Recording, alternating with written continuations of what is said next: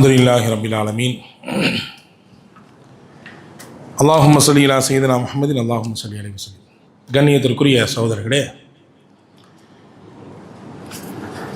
குர்ஆனில் பெயர் கூறப்பட்ட நபிமார்கள் சரிதை தொடரிலே இன்று நாம் பார்க்கக்கூடிய நபி இப்ராஹிம் அலைஹிஸ்ஸலாம் அவர்களுடைய இரண்டாவது புதல்வர் ஹதரத் இஸ்ஹாக் அலைஹிஸ்ஸலாம்.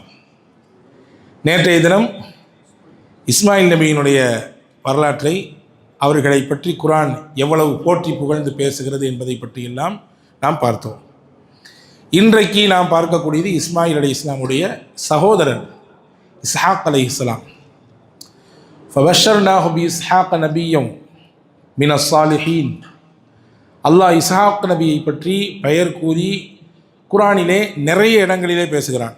குறிப்பாக 37வது அத்தியாயத்தினுடைய 112 மற்றும் 113வது வசனங்கள் அவருடைய சிறப்பு இயல்புகளை பற்றி, தன்மைகளை பற்றி பேசுகிறது. நபி ஸல்லல்லாஹு அலைஹி வஸல்லம் அவர்கள் ரசூலுல்லாஹ் இஸ்ஹாக் நபியை பற்றி பேசியிருக்காங்க. ரொம்ப கண்ணியமானவர் அவர் அப்படின்னு சொல்ல புகழ்ந்திருக்காங்க. எப்படி சொன்னாங்கன்னா, யூசுப் நபியிலிருந்து சொன்னாங்க. யூசுப் நபி யார் தெரியுமா? கரீம், அவரே ஒரு கண்ணியத்திற்குரியவர். அவங்க அத்தா யார்? யாக்கூப், அவரும் கண்ணியமானவர், சிறப்பானவர். அவங்க அத்தா யார்? அத்தா இஸ்ஹாக், அவரும் சிறப்பிற்குரியவர். அவங்க அத்தா யார்? இப்ராஹிம். இப்படி நபிமார்களுடைய தொடரிலே கண்ணியமானவர், இவரும் கண்ணியமானவர், அவருடைய தகப்பனார், அவருடைய பாட்டனார், இன்னும் முப்பாட்டனார், இந்த வழி முழுக்கவே கண்ணியத்திற்குரிய வழி என்று பெருமானார் ஸல்லல்லாஹு அலைஹி வஸல்லம் இந்த 4 தொடரை பற்றி பேசியிருக்கிறார்கள். அதிலே ஒருவர் தான் ஹதரத் சையதுனா இஸ்ஹாக் அலைஹிஸ்ஸலாம். இஸ்ஹாக் அலைஹிஸ்ஸலாம் இப்ராஹிம் நபிக்கு எப்போ பிறந்தாங்க? கிட்டத்தட்ட 100 வயசை தாண்டுது. 100 வயசை கிராஸ் பண்ணும்பொழுது இஸ்ஹாக் நபி பிறக்கிறாங்க. நமக்கு குழந்தை இல்லைன்னு சொல்லி டபுள் டிஜிட்டில் இருக்கக்கூடிய நம்ம யோசிக்கக்கூடாது. நம்ம அதை பற்றி கவலைப்படவே தேவையில்லை. ட்ரிபிள் டிஜிட்டில் தான் இப்ராஹிம் நபிக்கு இஸ்ஹாக் அலைஹிஸ்ஸலாம் அல்லாஹ் கொடுத்துருக்கான் இல்லையா? நம்ம வாழ்க்கை மொத்தமே டபுள் டிஜிட்டில் முடிய போகுது. நம்ம கவலைப்பட தேவையில்லை. நாடினால் வயது என்பதெல்லாம் ஒரு பொருட்டே கிடையாது. அல்லாஹ்வுக்கு எப்பனாலும் தருவான். அதற்கு சரியான உதாரணம் இப்ராஹிம் அலைஹிஸ்ஸலாமுக்கு அல்லாஹ் இஸ்ஹாக் நபியை கொடுத்தது.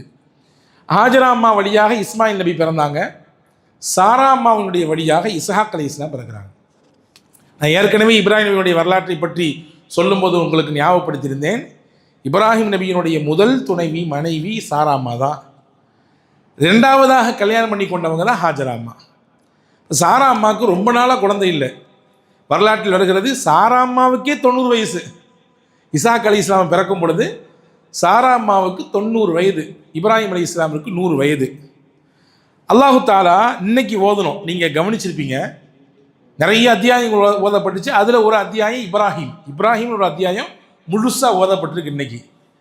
அதில் இப்ராஹிம் நபி தனக்கு வயோதிக காலத்தில் கிடைக்கப்பட்ட குழந்தைக்கு நன்றி செய்யும் பொருட்டு ஒரு துவா ஓதுறாங்க. அந்த துவா அல்லாஹ் பதிவு செய்கிறான். அல்ஹம்துலில்லாஹி அல்லதி வஹபலி அலல் கிபரி இஸ்மாஈல வ இஸ்ஹாக் இன்ன ரப்பி லஸமீஉத் துஆ. என்னுடைய வயோதிக காலத்திலே எனக்கு இஸ்மாயிலையும் இஸ்ஹாக்கையும் அல்லாவே கொடுத்தியே, உனக்கே எல்லா புகழும். என் வயோதிக காலத்தை நீ கொடுத்த, நான் செஞ்ச துவாவெல்லாம் நீ கேட்டிருக்க, நீ கேட்காமலாம் இல்லை. இன்ன ரப்பி ஸமீஉத் துஆ. என் ரப்பு யார் தெரியுமா? நான் கேட்குற துவாவெல்லாம் அவன் காதால் கேட்டுட்டு இருக்கான்.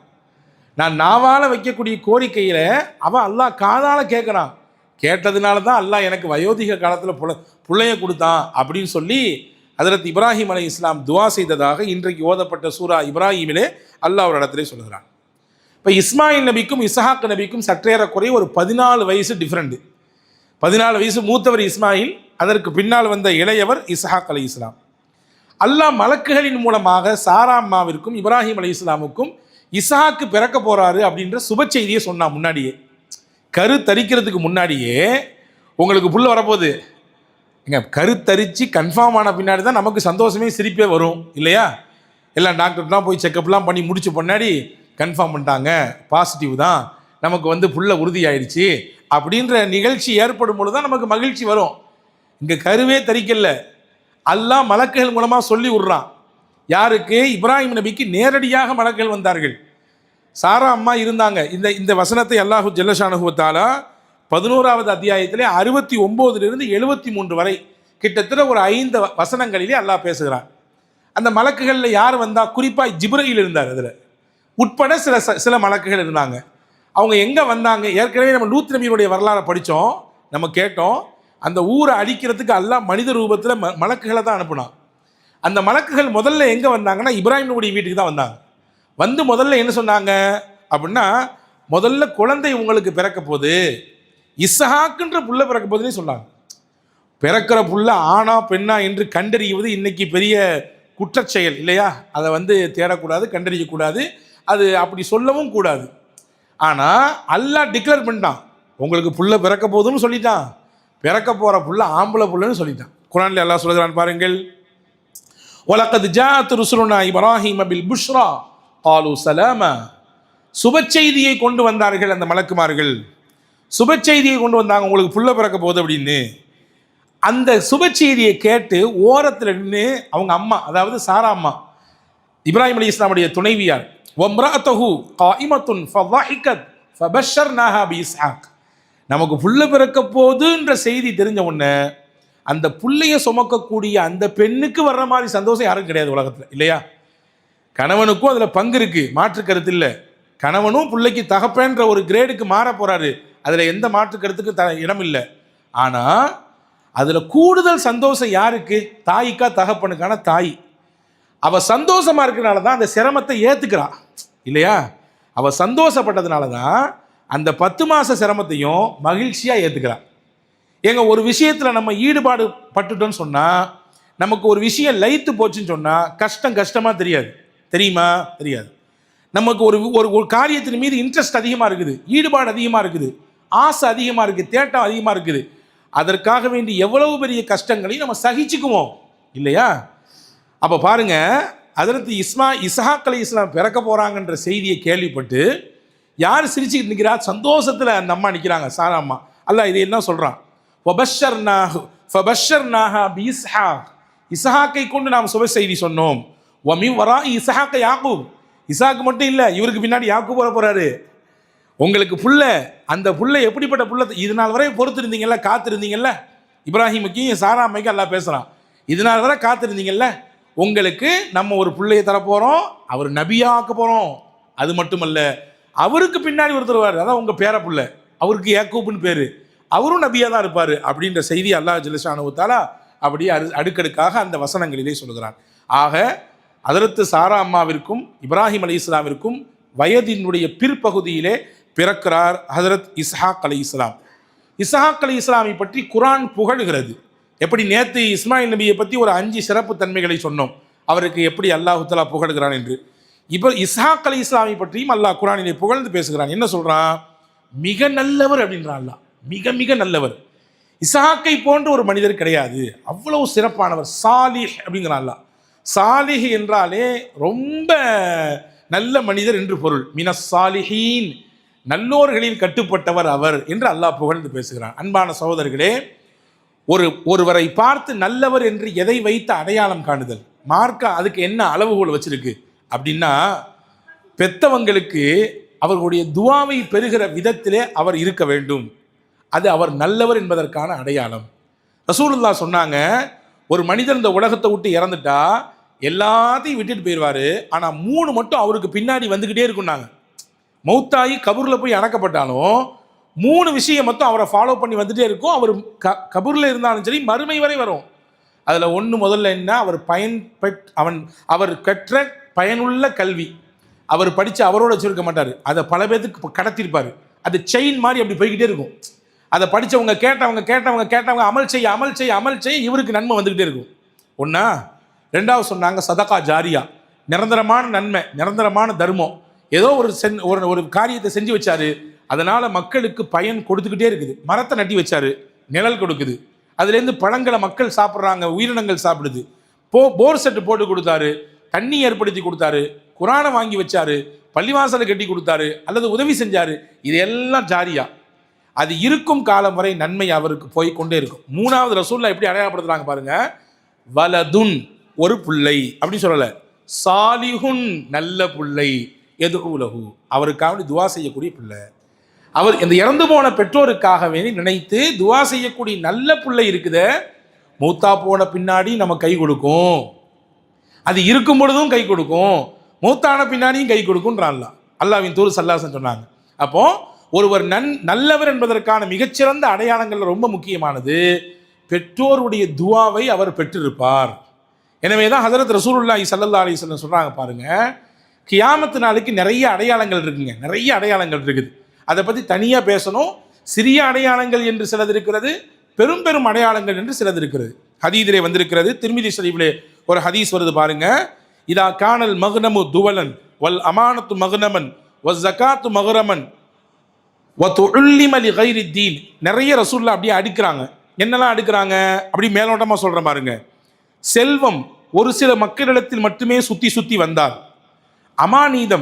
அமானீதமாக ஒப்படைத்தப்பட்ட பொருள் அவருடைய சொந்த லாபத்துக்கு பயன்படுத்தப்பட்டால், ஜக்காத் கடனாக நிர்ணயிக்கப்பட்டால், அதாவது ஜக்காத் காந்தி கணக்கில் கடன் மாதிரி எழுதப்படுது, அந்த மாதிரி சூழல் ஏற்பட்டால், அல்லாவின் மார்க்கத்தை அல்லாவிற்காக வேண்டி அல்லாமல் வேறு காரியத்திற்காக வேண்டி படிக்கப்பட்டால், ஒரு மனிதர் தன்னுடைய முடிவுகள் மொத்தத்தையும் மனைவியின் சொல் கேட்டு மட்டுமே எடுத்தால், எல்லாத்தையும் கொண்டு அங்கே ஒப்படைச்சிட்டாரு, அம்மா சைன் பண்ணாதான் அங்கே எல்லாம் உத்தரவு, இங்கே எல்லாம் கதை நடக்கும், இல்லாட்டி ஒன்றும் நடக்காது.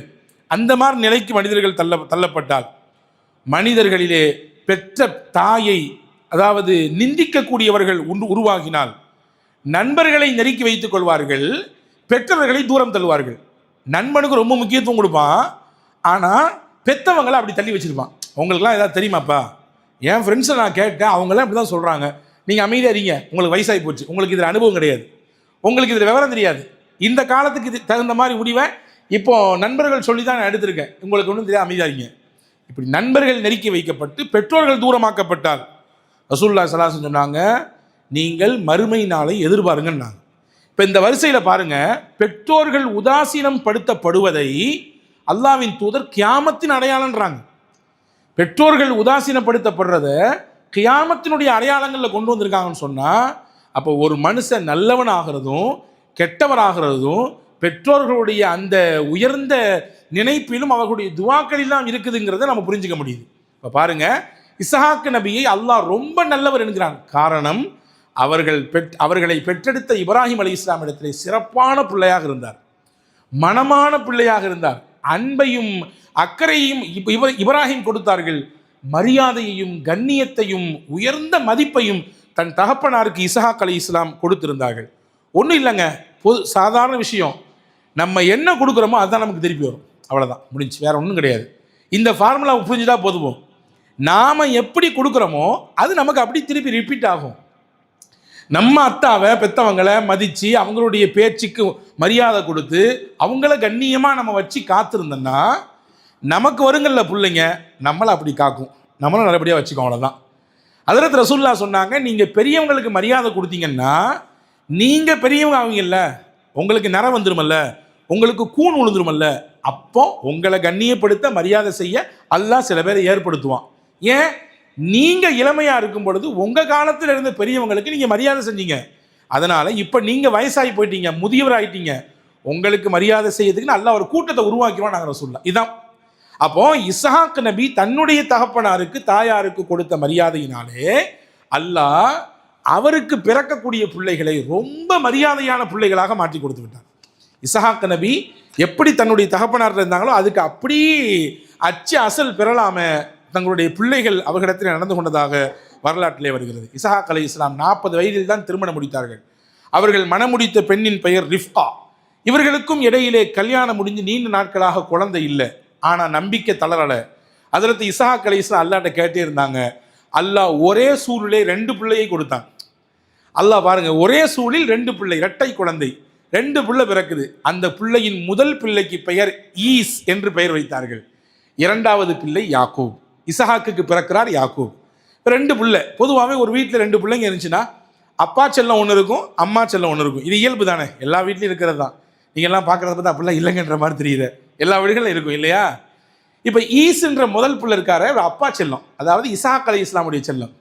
யாக்கூப் இருக்கிறாரே அம்மா செல்லம் சாரா, அதாவது ஹஜ்ரத் இஸ்ஹாக் அலி இஸ்லாமுடைய மகளார், இஸ்ஹாக் அலி இஸ்லாமுடைய மனைவியினுடைய செல்லம் இல்லையா. இப்போ 2 பிள்ளை பிறந்துருச்சு. பிறந்த பின்னாடி இஸ்ஹாக் அலி இஸ்லாம் அந்த பிள்ளைங்களை வளர்த்துட்டு இருக்காங்க 2 பிள்ளைகளையும். ஒரு கட்டத்தில் இஸ்ஹாக் நபிக்கு பார்வை போயிருது. ஒரு வயோதிகத்தினுடைய நெருக்கத்தில் வரும் பொழுது அவங்களுடைய பார்வை பறி போயிருது. இப்போ பார்வை பறிபோன பின்னாடி இந்த 2 பிள்ளைங்களுமே, இஸ்ஹாக் நபியுடைய 2 பிள்ளைங்களுமே ரொம்ப அன்பா அக்கறையாக அந்த தகப்பனாரை பார்த்துக்கிறாங்க, தாயாரை பார்த்துக்கிறாங்க. பார்வை இருக்குத ரொம்ப முக்கியமானதுங்க. அல்லாஹ் நமக்கு கண்ணை பார்வை கொடுத்துக்கிறானே, உலகத்தில் கோடி கோடி கொட்டி கொடுத்தாலும் இதற்கு ஈடு இணை எதுவுமே கிடையாது இல்லையா.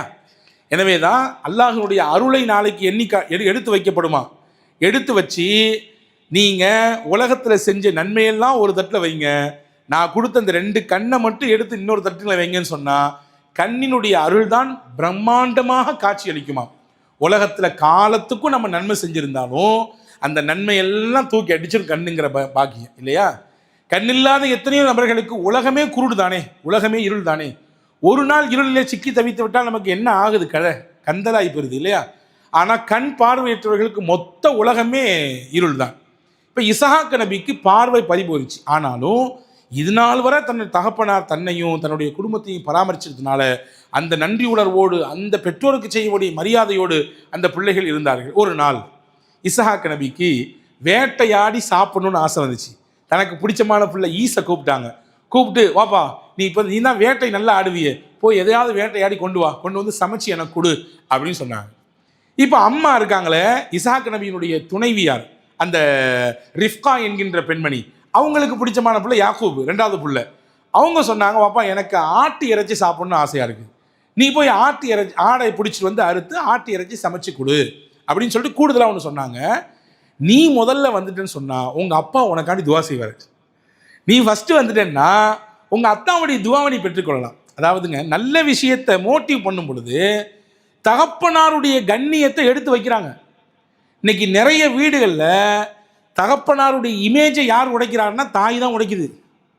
உங்கள் அப்பாட்டையே கேட்ட அந்த மனுஷனுக்கு ஏதாவது தெரியுமா, அவருக்கு ஏதாவது தெரியுமா, அவர்கிட்ட போய் நீ கேட்குறியடா நீ அவர் எந்த காலத்தில் உள்ளவர், நீ எந்த காலத்தில் உள்ள பையன் நீ.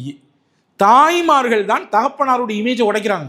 ஆனால் நபிமார்களின் சரிதையில் நமக்கு கிடைக்கக்கூடிய ரொம்ப முக்கியமான பாடம் பாருங்க, தாய் அப்பாவுடைய கண்ணியத்தை சொல்லி கொடுக்குது. உங்கள் அப்பாவுடைய துவா ரொம்ப முக்கியம்பா, நீ சீக்கிரமாக வந்துட்டேன்னு சொன்னால் உனக்கு அதைத்தாரேன் இதைத்தாரேன்னு சொல்லாமல் உங்கள் அப்பா துவா செய்வார் உனக்காண்டி, நீ ஓடிப்பாய சீக்கிரம் வாயேன்னு சொல்கிறாங்க. இப்போ யாக்கூப் அலி இஸ்லாம் சின்ன பிள்ளை தானே, போகிறாங்க, போய் வேட்டையாடி வேகமாக கொண்டு அண்ணனுக்கு முன்னாடி கொண்டு வந்துடுறாரு. யாக்கூப் நபி அண்ணனுக்கு முன்னாடி வந்துடுறாரு. இப்போ தான் இஸ்ஹாக்குக்கு பார்வை தெரியலையே, பார்வை பறி போயிடுச்சு. கொண்டு வந்து சமைச்சு முதல்ல அத்தாவுக்கு வைக்கிறார். அத்தாவுக்கு வச்ச உடனே அந்த மனத்தில், பாப்பா நீ யாருன்னு கேட்குறாங்க. இஸ்ஹாக், உங்கள் பையன்தான் அப்படிங்காரு. பொதுவான வார்த்தை, உங்கள் பையன்தான். யாக்கூப்னு ஈஸுன்னு சொல்லலை, நான் உங்கள் பையன். குரலை பார்த்தா யாக்கூப் மாதிரி இருக்குதே, ஈஸு மாதிரி தெரியலையே. ஆமாம் யாக்கூப் தான். சரி, சாப்பிட்டு முடிச்சுட்டு ஹஜ்ரத் யாக்கூப் அலை இஸ்லாமுக்காக தகப்பனார் இஸ்ஹாக் அலை இஸ்லாம் துவா செஞ்சாங்க. என்ன துவா செஞ்சாங்க, நான் ஏற்கனவே சொன்னேன், பெற்றோர்கள் செய்யக்கூடிய துவா இருக்குது பிள்ளைகளுடைய வாழ்க்கையிலே அப்படியே பலிக்கும், மாற்றமே இல்லை. அதனால தான் நல்ல வார்த்தைகளை பெற்றோர்கள் பிள்ளைகளை பார்த்து பேசணும். முசீபத்து போ, எஞ்சி தொலை, அதில் போவ இதில் போவ திட்டக்கூடாது. நல்ல வார்த்தைகளை பிள்ளைகளை பார்த்து சொல்ல வேண்டும். எந்த நேரத்தில் பெற்றோர்களினுடைய வாயிலிருந்து வரக்கூடிய வார்த்தையை அல்லாஹ் ஏற்றுக்கொள்வான் என்று தெரியாது. பாருங்க, இஸ்ஹாக் நபிக்கு உணவை வச்ச உடனே அதில் மனமகிழ்ச்சி ஏற்பட்டு உடனே தன்னுடைய மகனார் யாக்கூபுக்காண்டி துவா செய்கிறாங்க. எப்படி துவா செஞ்சாங்க, யா அல்லாஹ் இவருடைய வாழ்க்கையிலே நீ எதையெல்லாம் கொடுப்பாயோ அதில் எல்லாவற்றிலும் சிறந்ததை கொடு. அடுத்து சொன்னாங்க, யா அல்லாஹ் இந்த யாக்கூபுக்கு சிறந்த மதிப்பை கொடு, மக்களுக்கு மத்தியில் சிறந்த கண்ணியத்தை கொடு, இவருக்கு கொடுக்கக்கூடிய வாழ்வாதாரத்திலே, இவருக்கு நீ கொடுக்கக்கூடிய பிள்ளைகளிலே பறக்கச் செஞ்சிரு. நீ என்னென்னலாம் வாழ்வாதாரம் இவருக்கு நீ கொடுக்க போறியோ அதே மாதிரி இவருக்கு எத்தனை புள்ள நீயத்து வச்சிருக்கிறியோ, நீ உறுதிப்படுத்திருக்கிறியோ அதில் எல்லாத்தையும் நீ பறக்கச் செஞ்சிரு. யா அல்லாஹ் இவர் ஒரு மிக பிரம்மாண்டமான சமுதாயத்தை வழிநடத்தக்கூடிய நபராக நீ மாற்றிவிடு அப்படின்னு இஸ்ஹாக் நபி துவா செஞ்சாங்க. ஒன்றும் இல்லை, சாப்பாட்டை கொண்டு வச்சிருக்காரு முன்னாடி, அவ்வளோதான்.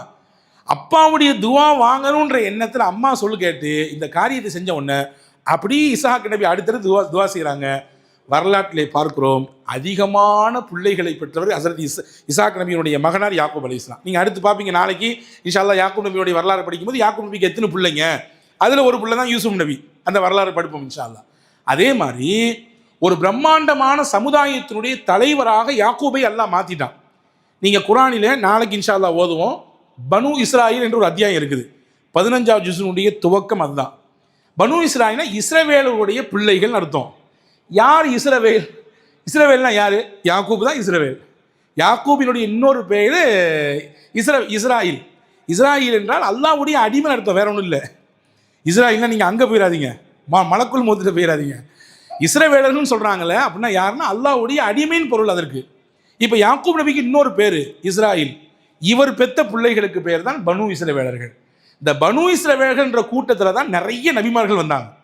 இந்த எல்லா நபிமார்களுக்கும் டைரக்டான கனெக்ஷன் யாருன்னா யாக்கூப் அலைஹிஸ்ஸலாம் தான்.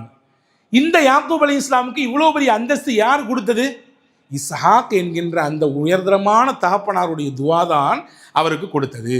நம்ம எல்லாம் கேள்விப்பட்டிருக்கோம், குகையில் போய் அடைஞ்சிக்கிட்டாங்க 3 பேர், வெளியே வர முடியல, என்ன செய்யலாம், 3 பேர் டிஸ்கஸ் பண்ணுறாங்க. நம்ம வாழ்க்கையில் செஞ்ச நல்ல விஷயத்தை சொல்லி அல்லாஹ்ட்ட துவா செய்வோம். நல்ல செஞ்ச ஒருத்தர் சொன்னார், யா அல்லாஹ், 3 பேர் 3 சொன்னாங்க. ஒன்றை மட்டும் சொல்கிறேன், எனக்கு வயசான அப்பா அம்மா இருக்காங்க, அவனை நல்லா பார்த்துக்கிட்டேன். ஒரு நாள் நான் ஆடு மேய்க்கிறதுக்கு போனேன், பால் கறக்க போனேன், ரொம்ப நேரம் ஆகிப்போச்சு. பார்த்தா எங்கள் அத்தா அம்மா தூங்கி போட்டாங்க. ஆனால் என் பிள்ளைகளெல்லாம் அழுகுதுங்க பசியில். எனக்கு மனசு என்னென்னா எங்கள் அத்தா அம்மாவுக்கு கொடுத்துட்டு தான் அடுத்து பிள்ளைங்களுக்கு கொடுக்கணும். நான் நின்ன விடிய காலம் ஆயிடுச்சு. மறுநாள் எங்கள் அத்தா அம்மா எந்திரிச்ச உடனே முதல்ல அவங்களுக்கு அதை கொடுத்து குடிக்க வச்சுட்டு தான் அழுது பசியில் தூங்கி போனேன் என் பிள்ளைகளுக்கு அடுத்து கொடுத்தேன். இது வேற பெருமைக்காண்டிய பேருக்காண்டிய அல்ல, தாய் தகப்பனுக்கு முதலாவதாக செய்ய வேண்டும் என்பது என்னுடைய விருப்பம், அவங்கள கண்ணியப்படுத்தணும்னு. இதை நான் உனக்காண்டி தான் செஞ்சேன், நீ இதை பொருந்திக்கிட்டா இந்த கதவை திறந்து விடுனார். அல்லாஹ்விடத்தில் அவர் துவா செய்தார், அல்லாஹ் உடனே திறந்தார் இல்லையா? இப்போ தாய் தகப்பனாருடைய துவா எவ்வளோ வேகமாக ஏற்றுக்கொள்ளப்படுங்கிறதுக்கு இஸ்ஹாக் நபியினுடைய துவாவும் அதற்கு பிறகு வரக்கூடிய யாக்கூப் அலைஹிஸ்ஸலாமுடைய பிரம்மாண்டமான வாழ்க்கையும் நமக்கு முன்னால் காட்சி அளிக்கிறது. ஆக இப்படியான சிறப்புமிக்க வாழ்க்கையை வாழ்ந்து ஹஜ்ரத் இஸ்ஹாக் அலைஹிஸ்ஸலாம் அவர்களுடைய வாழ்வினுடைய கடைசிக்கு நகர்கிறார்கள். அதற்கு பிறகு அவர்களுக்கும் எல்லாருக்கும் வருவதை போன்று மரணம் வருகிறது. அதற்கு பின்னால் ஹஜ்ரத் யாக்கூப் அலைஹிஸ்ஸலாமுடைய வரலாறு தொடங்குகிறது. யாக்கூப் அலைஹிஸ்ஸலாமுடைய வரலாறும் அதை தொட்டெடுக்கக்கூடிய யூசுப் நபியினுடைய சுவாரஸ்யமான கதைகளும் வரலாறும் என்ன சொல்கிறது என்பதை வரக்கூடிய நாட்களிலே விரிவாக பார்ப்போம். எல்லாம் வல்ல அல்லாஹ் நபிமார்களின் சரிதையை கேட்பதின் வழியாக நம்முடைய ஈமானை அல்லாஹ் பலப்படுத்துவானாக. அவர்களை போன்று திடமான நம்பிக்கை உள்ளவர்களாக உங்களையும் என்னையும் எல்லா மக்களையும் அல்லாஹ் ஆக்கி புரிவானாக. ஆமீன். வாஹிரு தாவான் அல்ஹம்துலில்லாஹி ரப்பில் ஆலமீன். நவைத்து சௌமகதீன் அன்னதாஇ ஃபரதி ரமதான